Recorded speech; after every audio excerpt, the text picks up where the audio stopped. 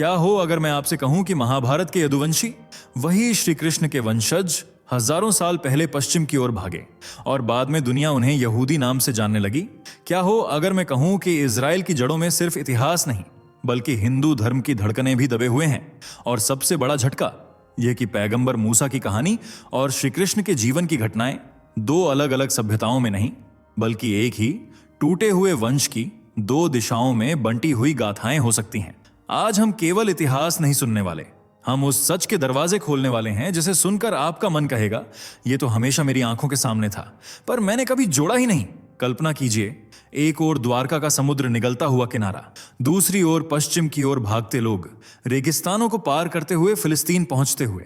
वही लोग जिनका धर्म बदला, पहचान बदली, लेकिन परंपराएं नहीं बदल सकीं। और यही वह कड़ी है जिसे दुनिया ने अनदेखा किया। पर आज आप नहीं करेंगे, क्योंकि इस वीडियो में हम वे 7 रहस्य खोल रहे हैं जिनसे साबित होता है कि यहूदी धर्म और हिंदू धर्म दो रास्ते नहीं, एक ही मूल स्रोत की दो शाखाएं हैं। और ध्यान रखिए, अगर आप ये सच मिस कर गए तो आप इतिहास की उन कड़ियों को खो देंगे जो अब तक लाखों लोगों से छिपी रही हैं। तो तैयार रहिए, क्योंकि आगे जो सुनने वाले हैं वह आपकी पूरी समझ बदल सकता है। चलिए दोस्तों, जरा जल्दी से कमेंट करके बताइए ये वीडियो आपको कैसे मिला। क्या आपने इसे खुद सर्च किया था या ये अचानक आपकी स्क्रीन पर आ गया और आपने क्लिक कर दिया? सच सच बताइए, क्योंकि हमें भी जानना है कि आखिर YouTube आज हमारे सनातन धर्म की ये आवाज आप तक कैसे पहुंचा रहा है।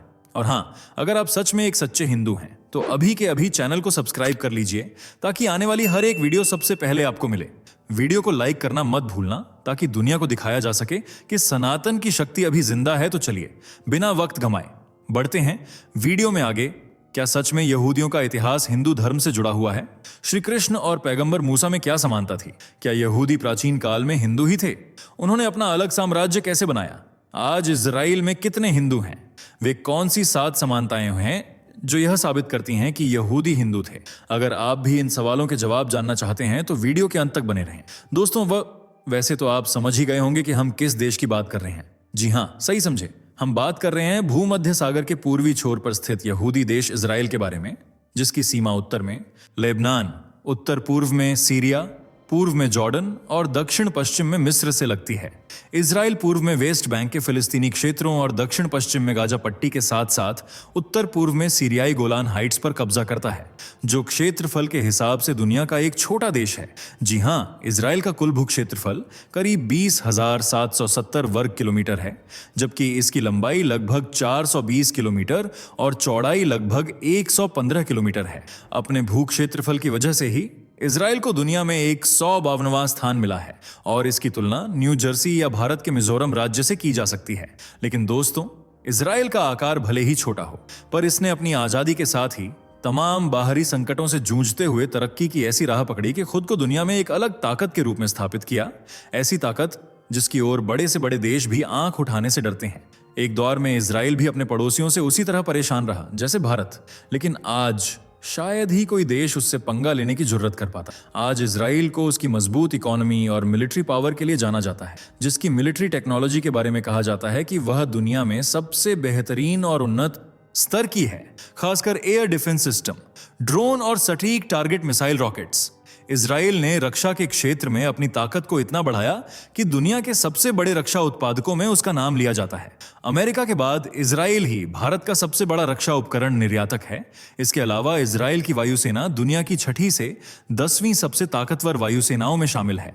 ब्रिटेन, जर्मनी, फ्रांस जैसे तमाम विकसित देश भी उससे पीछे हैं। वहीं इजराइल डिफेंस फोर्सेज IDF आधुनिक उपकरणों का इस्तेमाल करती हैं, जिनमें Iron Dome missile defence system शामिल है, जो ईरान और उसके प्रॉक्सी से आने वाले खतरों को रोकने में बहुत प्रभावी साबित हुआ था और इसने तमाम मिसाइल हमलों को रोक दिया था। इसके अलावा इजराइल की खुफिया एजेंसी मोसाद को दुनिया की सबसे खतरनाक खुफिया एजेंसी कहा जाता है।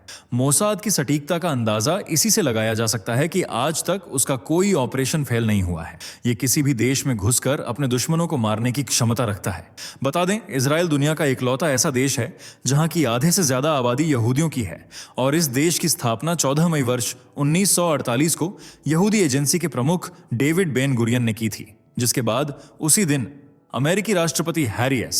ट्रूमैन ने इस देश को मान्यता दे दी। आज भी दोनों देश एक दूसरे का साथ निभाते नजर आते हैं। यही वजह है कि चारों तरफ दुश्मन देशों से घिरे होने के बाद भी इजराइल को आज कोई खतरा महसूस नहीं होता, क्योंकि वह जानता है कि अमेरिका तो उसके साथ है ही, साथ ही यहूदी लोग भी अपने देश पर जान न्यौछावर करने से पीछे नहीं हटेंगे, जो देश के लिए भी वफादार हैं और अपने धर्म के लिए भी काफी ईमानदार हैं। इजराइल की करीब 74% आबादी यहूदी धर्म को फॉलो करती है, जबकि जनसंख्या का बाकी हिस्सा इस्लाम धर्म से जुड़ा हुआ है, जो चाहकर भी इजराइल में अपनी धाक नहीं जमा सकता और न ही यहूदियों को अपने धर्म में कन्वर्ट कर सकता है, क्योंकि ये लोग कन्वर्शन में विश्वास नहीं रखते और न ही किसी दूसरे धर्म के सदस्यों को यहूदी धर्म में आने देते हैं। यही वजह है कि आज पूरी दुनिया में यहूदियों की आबादी 15.8 मिलियन है, जो वैश्विक जनसंख्या का लगभग 0.2% है, और इनमें से करीब 72 लाख से ज्यादा यहूदी ही इजराइल में रहते हैं, जबकि इससे ज्यादा भारत, रूस, अमेरिका जैसे देशों में अपनी जिंदगी गुजार रहे हैं। आपको जानकर हैरानी होगी कि यहूदी धर्म से जुड़े लोग चाहे किसी भी देश में रह रहे हों, लेकिन वहां रहने के बाद भी उन्हें इजराइल की सिटीजनशिप हासिल होती है, यानी वे जब चाहें इजराइल जाकर रह सकते हैं। और ऐसा इसलिए क्योंकि यहूदियों के लिए ही वर्ष 1948 में एक अलग देश के रूप में इजराइल की स्थापना की गई थी, जिसकी मांगें 1900 में ही शुरू हो गई थीं। उस वक्त यहूदियों की संख्या बहुत कम थी, इसलिए उन्होंने साथ मिलकर रहने के बारे में सोचा, क्योंकि अगर अलग अलग देशों में जाकर बसते तो उनका अस्तित्व खो सकता था। इसलिए अलग देश के रूप में इजराइल को स्थापित किया गया, जो आज यहूदियों की एकता का प्रतीक है और दुश्मनों के लिए एक कड़ा मुकाबला है, जिसकी तरफ आंख उठाने की हिम्मत किसी में नहीं है। लेकिन अपना भारत, जो गैरों को अपना बनाना जानता है, उसकी इजराइल से काफी अच्छी दोस्ती है, जिसकी एक वजह है दोनों देशों की संस्कृति, जो एक दूसरे से काफी मेल खाती है। जी हाँ, ऐसा कहा जाता है कि यहूदी और हिंदू धर्म में काफी ज्यादा समानताएं हैं, जबकि इतिहास में तो यहां तक बताया गया है कि यहूदियों का संबंध महाभारत काल और श्री कृष्ण से भी था, और वे प्राचीन काल में हिंदू धर्म से ही ताल्लुक रखते थे। लेकिन इस बात में कितनी सच्चाई है, और आज इजराइल में कितने हिंदू रहते हैं, और क्या सच में यहूदी पहले हिंदू ही थे? इन दोनों धर्मों का आपस में क्या कनेक्शन है? ये जानने से पहले फटाफट वीडियो को लाइक शेयर करके हमारे चैनल को सब्सक्राइब कर लीजिए। दरअसल हिंदू ग्रंथों और यहूदी किताबों को पढ़ने वाले एक्सपर्ट्स का कहना है कि आज जो लोग यहूदी धर्म को मानकर उसके रीति रिवाज को फॉलो करते हैं और मूर्ति पूजा को एक पाप समझते हैं, यही लोग प्राचीन काल में हिंदू हुआ करते थे, जो मूर्ति पूजा तो करते ही थे, साथ ही भगवान कृष्ण को भी बहुत मानते थे। कहते हैं कि जब महाभारत का युद्ध हुआ था तो उसमें गांधारी के 100 पुत्र मारे गए थे, जिससे वह बहुत दुखी और क्रोधित थीं और अपने बेटों की मौत का जिम्मेदार श्री कृष्ण को मानती थीं, क्योंकि गांधारी को ऐसा लग रहा था कि श्री कृष्ण, जो भगवान विष्णु के अवतार थे, चाहते तो युद्ध को रोक सकते थे, लेकिन उन्होंने ऐसा नहीं किया। इसी वजह से जब श्री कृष्ण गांधारी से मिलने गए तो उन्होंने गुस्से में श्री कृष्ण को श्राप दिया कि जिस प्रकार कौरवों का वंश नष्ट हुआ है, उसी प्रकार यदुवंश का भी विनाश होगा। बता दें, गांधारी का यह श्राप लगभग 36 साल बाद सच हुआ, जब यदुवंशियों के बीच द्वारिका के प्रभास क्षेत्र में मौसूल युद्ध हुआ। उस समय कई यदुवंशी द्वारिका छोड़कर समुद्र के रास्ते पश्चिम की ओर भाग गए थे। भागकर वे सीरिया, अरब, मिस्र होते हुए फिलिस्तीन पहुंच गए थे, और यह घटना लगभग 3020 ईसा पूर्व की मानी जाती है। और चौंकाने वाली बात यह है कि यहूदी धर्म की स्थापना का इतिहास भी लगभग इतना ही प्राचीन है। उन्हीं यदुवंशियों ने इजराइल में एक नए साम्राज्य और एक नए धर्म की स्थापना की, जिसे यहूदी धर्म माना जाता है। और इस बात को साबित करने के लिए हम आपको 7 ऐसी समानताएं बताने वाले हैं जो यहूदी और हिंदू दोनों ही धर्मों को एक दूसरे से जोड़ती हैं, साथ ही यह सिद्ध करती हैं कि यहूदी प्राचीन काल में हिंदू ही थे। जिनमें सबसे पहली समानता भगवान कृष्ण और पैगंबर मूसा से संबंधित है। दरअसल जब भगवान कृष्ण की माता देवकी का विवाह उनके पिता वसुदेव जी से हुआ था, तब महाराज कंस उन्हें विदा करने के लिए स्वयं सारथी बनकर रथ चला रहे थे, क्योंकि महाराज कंस अपनी बहन देवकी से बहुत ज्यादा प्रेम करते थे। लेकिन उसी दौरान आकाशवाणी हुई थी, जिसमें कंस से कहा गया कि देवकी का 8वां पुत्र कंस तेरा काल होगा और वही तेरा वध करेगा। यह सुनकर कंस को गुस्सा आ गया और उसने माता देवकी और वसुदेव जी को कारागार में डाल दिया, जबकि धरती पर पापियों, राक्षसों तथा कंस का अत्याचार दिन ब दिन बढ़ता ही जा रहा था, जिसकी वजह से भगवान श्रीहरि को भगवान कृष्ण के रूप में माता देवकी के गर्भ से अवतार लेना पड़ा। इसी तरह यहूदी इतिहास में भी मूसा के जन्म से पहले मिस्र के राजा फैरो के लिए भविष्यवाणी की गई थी कि उसका अंत उसी के राज्य में जन्मे एक व्यक्ति के हाथों होगा, जो जन्म ले चुका है। वही दूसरी समानता यह है कि जब कंस अपने वध की आकाशवाणी सुनता है तो वह देवकी की 8वीं संतान को ढूंढने में लग जाता है, क्योंकि वह जन्म लेने के बाद कारागार में नहीं थी। इसलिए कंस राज्य के सभी बच्चों को मारने का हुक्म दे देता है।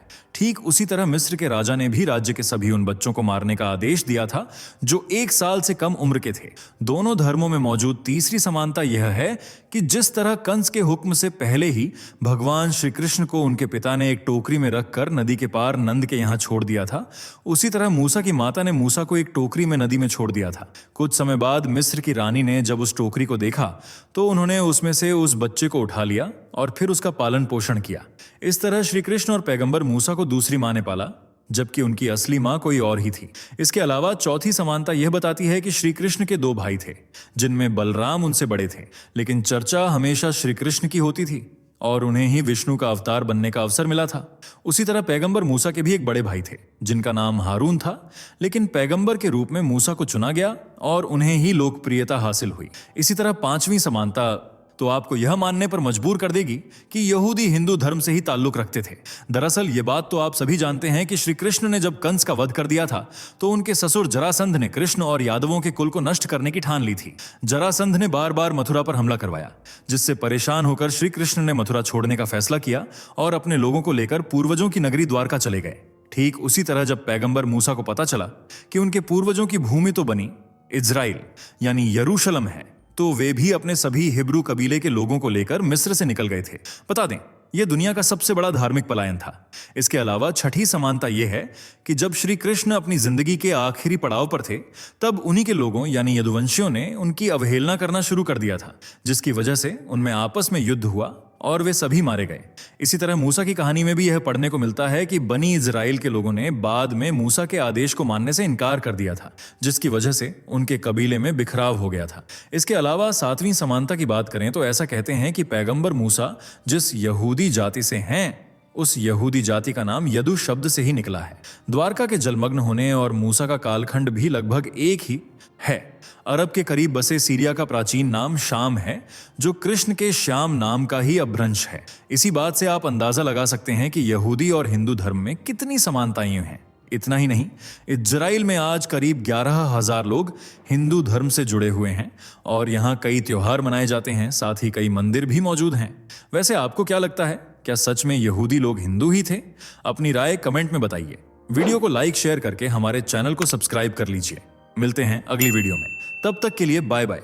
दोस्तों, आपको स्क्रीन पर 2 और वीडियोस दिखाई दे रही हैं, जिसे देखने के लिए स्क्रीन पर क्लिक करें।